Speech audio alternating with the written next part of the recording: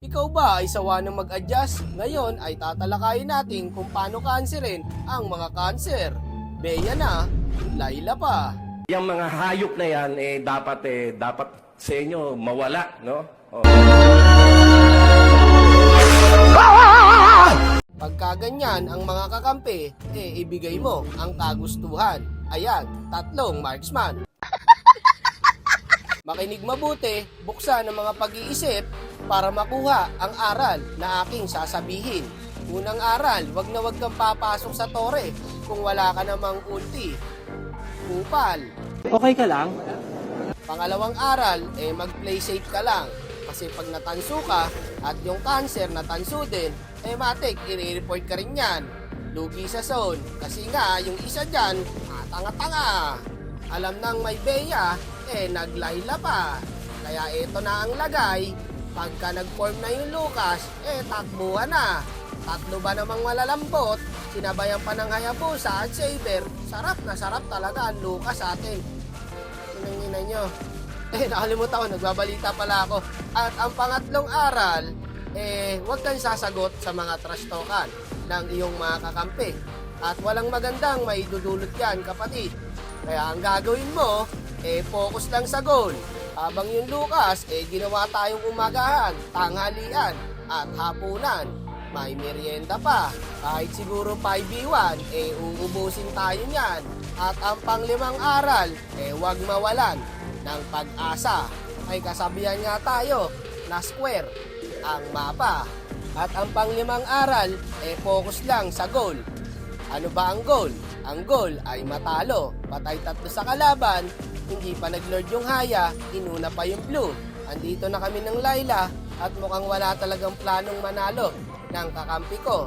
Inantay niya lang ata yung Lucas at nung nakapwesto na yung Lucas, tsaka siya maglo-lord. Sabi ko nga, ang panglima, napaka-importante po niyan. Ang mag-focus sa goal na matalo.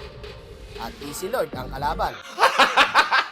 Gago! Tandaan niyo po mga kapatid, ang mga aral na sinasabi ko, napakahalaga po niyan para mapabilis ang inyong pagkatalo. Pinanginan nyo, wala talaga kayong pagbabago. Mga hindi na natuto, mga kupalogs, kupaltek, lahat na ng kakupalan, nasa inyo. Gusto lang maglaro, ayaw matuto. Ang daming tutorial na tinuturo ni Boss Puego, ni Sir Bentings. Huwag lang sa tutorial ni Pabida. Kasi ang mangyayari niyan, umulti ka sa 4 na wala kang panakas. Patay ang gago. Pang ilang aral na ba tayo? Pang-6 na. Tama ba ako? Pagka ganyan, nakukuha nila na nakukuha yung Lord, ang magandang gawin dyan, salubungin yung Lord. Huwag nang antayin sa base. Salubungin nyo. Bakit ko aantayin? Parang ayoko nang ituloy ang pang-7 aral. Kasi napipwisit na ako. Pero sige, ituloy natin. At ang pang-7 aral, hayaan nyo na lumapit ang mga kalaban sa base nyo. Maiinit din yan at gagawa yan ng katarantaduhan. Ngayon, dyan na sila. Machocho. Ubus 4, buhay yung Lucas, pero na-deplan din niya, kaya nag-push na lang kami. So, ang nangyari, nag-mid yung kalaban, at gaya nga ng sabi ko, ang pang-7 aral ay antayin nyong ma-choke ang kalaban.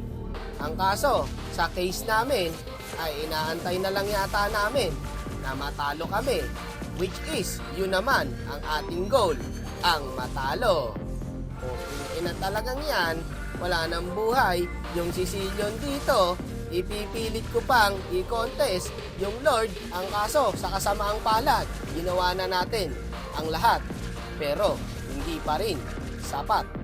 Tayo na lang ang natira mga kapatid. At ito po, si Waknu Dudut ang nagpapaalala na dapat palaging kalmado lang pag may kakampi kang tanga. At doon na po nagtatapos ang ating aral. Sana marami po kayo natutunan.